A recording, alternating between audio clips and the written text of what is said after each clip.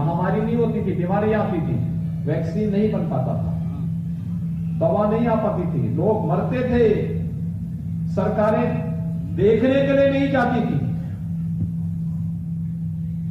Samajwadi party की सरकार थी, गोरखपुर के बीआरडी मेडिकल कॉलेज में एक ही वर्ष यानी कुछ ही 2 महीनों के अंदर 1500 बच्चों की मौत हुई थी इंसेफ्लाइटिस से। उनके मुख्यमंत्री देखने के लिए नहीं गए। वे समाजवादी पार्टी के एक नेता के घर में मांगलिक कार्यक्रम में भाग लेने के लिए गए, लेकिन जो मासूम बच्चे गोरखपुर के बीआरडी मेडिकल कॉलेज में मर रहे थे, उनको देखने के लिए नहीं गए। ये संवेदनहीनता थी। कांग्रेस की सरकार रही हो, सपा की सरकार रही हो या बसपा की सरकार, इन्होंने जातिवाद के नाम पर सामाजिक ताने बाने को छिन्न भिन्न करके प्रदेश को दंगों की आग में झोंकने का तो कार्य किया था, लेकिन किसी गरीब के साथ, किसी कमजोर के साथ कभी खड़े नहीं हुए। अपने सत्ता स्वार्थ के लिए इन लोगों ने प्रदेश को माफियाओं के सामने गिरवी रखने का काम किया था। और आज आप सबके आशीर्वाद से जब प्रदेश के अंदर भारतीय जनता पार्टी नेतृत्व की सरकार बनी, न केवल सुरक्षा की पुख्ता इंतजाम करने की व्यवस्था हुई है, आज कोई माफिया सिर उठा करके नहीं चल सकता है। कोई माफिया प्रदेश के अंदर सिर उठा करके नहीं चल सकता है। दुस्साहसिक तरीके से किसी गरीब की, किसी व्यापारी की संपत्ति पर कब्जा नहीं कर सकता है, और अगर करेगा तो मुझे मालूम है उसके बाद के फिर परिणाम क्या होने जा रहे हैं, उसके बाद के परिणाम भी मालूम है। आज समाज के हर तबके को उसके अनुसार शासन की योजनाओं के साथ जोड़ने का कार्य हो रहा है। फ्री में मकान देने की कार्रवाई हो, हर घर में शौचालय बनाने की कार्रवाई हो, हर घर में रसोई गैस के सिलेंडर उपलब्ध करवाने का कार्य हो, हर घर में सौभाग्य योजना के अंतर्गत बिजली के निःशुल्क कनेक्शन देने के कार्य हो, हर परिवार को 5 लाख रुपए की सामाजिक स्वास्थ्य सुविधा की प्रतिवर्ष गारंटी देने की बात हो। ये योजनाओं में कहां भेदभाव किसी के साथ है? योजनाओं का लाभ तो सबको मिल रहा है। आखिर 4 बार समाजवादी पार्टी के मुख्यमंत्री थे, इन लोगों ने ये 5 लाख रुपए की स्वास्थ्य बीमा का कवर क्यों नहीं किया? क्यों नहीं दिया उन्होंने? हर गरीब को मकान क्यों नहीं दिया? समाजवादी पार्टी के पदाधिकारी को मकान आवंटित होते थे, लेकिन किसी गरीब को मकान नहीं मिलता था, किसी गरीब को शौचालय नहीं मिलता था, बिजली के कनेक्शन नहीं मिलते थे। कांग्रेस के राज में रसोई गैस के लिए हाहाकार मचती थी। एक रसोई गैस, किसी को अपनी लड़की की शादी में रसोई गैस कनेक्शन अगर देना होता था, 25,000 रुपए तो उसको पहले खरीदने में लगते थे। और फिर रसोई गैस के लिए अगर कहीं जाना हो, सिलेंडर समाप्त हो गया और रसोई गैस समाप्त हुई, सिलेंडर के लिए कहीं हो तो सिलेंडर तो नहीं मिलता था, पुलिस की लाठियां जरूर मिलती थी। ये तो कांग्रेस के समय में होता था। भाइयों बहनों, जिन मासूम लोगों की मौतें होती थी बीमारियों से, तब महामारी नहीं थी, लेकिन ये लोग मौन बने रहते थे। तब प्रदेश में माफिया हावी था। पार्टी विशेष के लिए कांग्रेस की सरकार रही हो, समाजवादी पार्टी की रही हो या बसपा की सरकार रही हो, जो भी सरकारें रही हो, इन सरकारों के समय में गरीब को त्रस्त किया जाता था, आम नागरिक को जबरन परेशान किया जाता था। सार्वजनिक संपत्तियों पर, गरीबों की संपत्ति पर, व्यापारियों की संपत्ति पर माफियाओं से कब्जा करवाया जाता था और प्रशासन को गिरवी रख करके, उनके सामने गिरवी रख करके हर प्रकार से उन्हें प्रताड़ित किया जाता था। लेकिन भाइयों बहनों, आपने बदलते हुए उत्तर प्रदेश को देखा होगा और बदलते हुए भारत को भी पिछले 7 वर्षों के अंदर देखा है। ये महामारी है।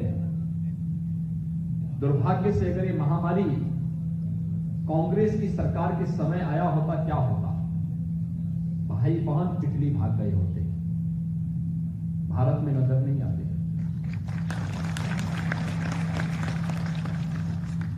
सपा की सरकार में आए होते तो चाचा भतीजे में होड़ लग गई हो गई होती कि कौन कितना ज्यादा हड़प ले। उनको गरीब की चिंता नहीं होती, किस माफिया को कहां ठेका दिलवा दें। और बहन जी के समय में आई होती तो बहन जी के समय तो भगवान ही मालिक होता है। और इसलिए भाइयों बहनों, मुझे आज के इस अवसर पर आप सबका आह्वान करना है। सरकार पूरी संवेदनशील तरीके से कार्य कर रही है। एक एक उस व्यक्ति को प्रयास किया जा रहा है। जनता से चुनाव लड़ने वालों को जनता से भी चुनाव लड़ेंगे। जो जनता से जहां पर संख्या के महत्व को ध्यान में रखते हुए कमी दिखती है तो वहां पर उस समाज को भी प्रतिनिधित्व मिले और प्रतिनिधित्व देने के ही क्रम में सरकार के द्वारा प्रयास हो रहा है। मिलेगा सबको, इंतजार करने की आवश्यकता है। हाँ, किसी का कल हुआ होगा, किसी का आज हो रहा होगा, किसी का आने वाले कल में भी होगा। लेकिन मोदी राज में कोई अपने को उपेक्षित महसूस न करे। ये मान करके चलिए, अगर उसकी बारी आई है तो मेरी भी बारी जरूर आएगी। अटूट निष्ठा, नेतृत्व के प्रति अटूट निष्ठा आज महत्वपूर्ण है। और मैं बार बार इस बात को कहता रहा हूं, बार बार इस बात को मैं कहता रहा हूं कि हम सबको उस अटूट निष्ठा पर विश्वास करना होगा कि मोदी है तो आज आप देख रहे होंगे पूरे देश के अंदर पहले भारत को लोग दुनिया की ताकतें आंखें दिखाती थी। चीन घुसपैठ करता था, पाकिस्तान घुसपैठ करता था। और आज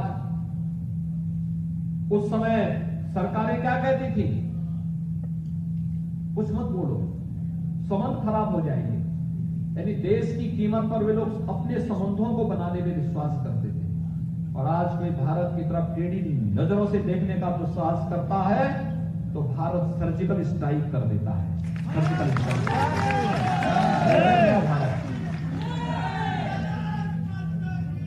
अपने देश पर गौरव की अनुभूति करना, नेतृत्व के प्रति असीम सम्मान का भाव रखना और फिर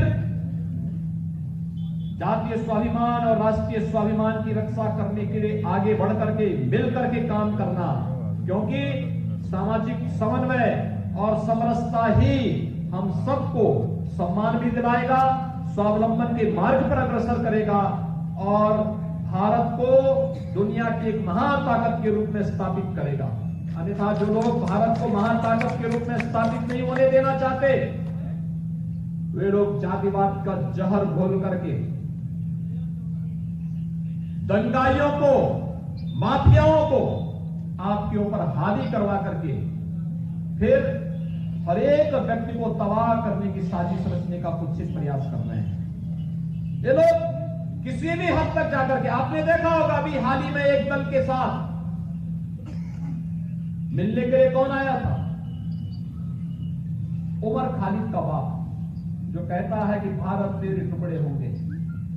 वह व्यक्ति समाजवादी पार्टी के अध्यक्ष से मिलने के लिए आता है और उनको आश्वस्त करता है, चिंता मत करो, हम साजिश रच रहे हैं समाजवादी पार्टी के। आप उम्मीद करिए ये लोग आएंगे तो क्या करेंगे? इनसे उम्मीद क्या की जा सकती है? पर्व और त्योहार आता था तो पिछली सरकारों में दंगे शुरू हो जाते थे, बड़े बड़े दंगे होते थे, सारा धंधा चौपट, पर्व और त्योहारों में कर्फ्यू लग जाता था। आज कोई पर्व और त्योहारों में दखल देने का कुछ सही प्रयास करता है क्या? आपको मालूम है विजयादशमी में आपने देखा होगा शांतिपूर्ण तरीके से सारे कार्यक्रम संपन्न हुए, कहीं कोई दिक्कत नहीं हुई। दीपावली आ रहा है, बहुत भव्यता के साथ दीपावली का आयोजन होगा। कल हम लोग प्रयाग वहां कुशीनगर में थे, भगवान बुद्ध की, तथागत बुद्ध की महापरिनिर्वाण स्थली में आदरणीय प्रधानमंत्री जी आए थे। कुशीनगर को अंतर्राष्ट्रीय वायु सेवा के साथ जोड़ा गया, श्रीलंका की पहली फ्लाइट आई, 115 लोग, वहां के कैबिनेट मंत्री भी आए थे, वहां के सांसद भी आए थे और लगभग 112 के आसपास वहां के वरिष्ठ बौद्ध भिक्षु भी आए थे। उन्होंने वहां पर दर्शन किया, कार्यक्रम हुआ और प्रधानमंत्री जी ने 1.5 लाख से अधिक की भीड़ को संबोधित भी किया कुशीनगर में। कितना उत्साह था लोगों के, कितना विश्वास है।